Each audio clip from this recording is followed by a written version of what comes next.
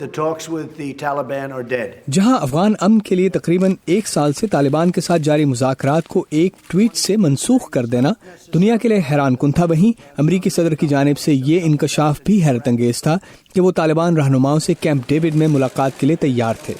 تاہم طالبان سے مذاکرات کی معطلی کو کچھ تحقیق کاروں نے صدر ٹرمپ کے ڈیل کرنے کا مخصوص انداز بھی قرار دیا ہے۔ کچھ تو بات چیت میں بہتر پوزیشن لینے کی کوشش ہے، یا پھر صدر اس حربے سے کسی قسم کا فائدہ حاصل کرنا چاہتے ہیں۔ انہوں نے آرٹ آف دی ڈیل لکھی ہے، اور میرا خیال ہے وہ اپنے آپ کو ایک کامیاب ڈیل میکر سمجھتے ہیں، تو شاید وہ طالبان سے طے کی جانے والی ڈیل میں بہتری چاہتے ہیں۔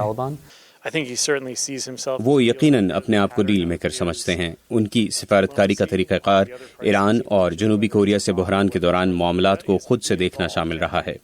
طالبان سے ڈیل کے معاملے میں ظاہر ہے ان کا خیال تھا کہ ڈیل ابھی ادھوری ہے، اور ایک بار جب معاملات ان کی خواہش کے مطابق طے ہو جائیں گے تو پھر اس میں ان کی مداخلت کی گنجائش نہیں رہ جائے گی۔ لیکن کچھ تجزیہ کار اس نقطۂ نظر سے اتفاق نہیں کرتے، اور ان کی رائے میں طالبان سے بات چیت میں تعطل کی وجوہات اور ہیں۔ امن مذاکرات میں گفتگو کا معطل ہونا عام سی بات ہے، جیسے ایک جانب سے پرتشدد کارروائیوں میں اضافے کا باعث دوسری جانب کا یہ سوچنا کہ انہیں بات چیت میں اپنی پوزیشن مستحکم کرنے کے لیے وقت درکار ہے۔ ڈونلڈ ٹرمپ اس تعطل کی وجہ نہیں ہے۔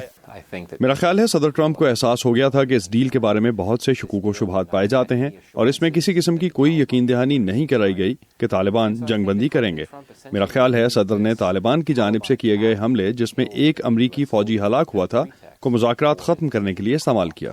اس بات سے قطع نظر کہ آیا صدر ٹرمپ کے مذاکرات کے خاتمے کے اعلان سے افغان امن عمل کو فائدہ ہوگا یا نہیں، واشنگٹن کے تجزیاتی حلقے متفق ہیں کہ مذاکرات مکمل طور پر ختم نہیں ہوئے۔ میرا خیال ہے تمام کوششیں ضائع نہیں ہوئیں، اس کے باوجود کہ بات چیت تعطل کا شکار ہے۔ تمام فریقین اپنی پوزیشن کے بارے میں واضح ہیں، جس کے باعث کئی مختلف نوعیت کی ڈیل کے بارے میں سوچا جا سکتا ہے۔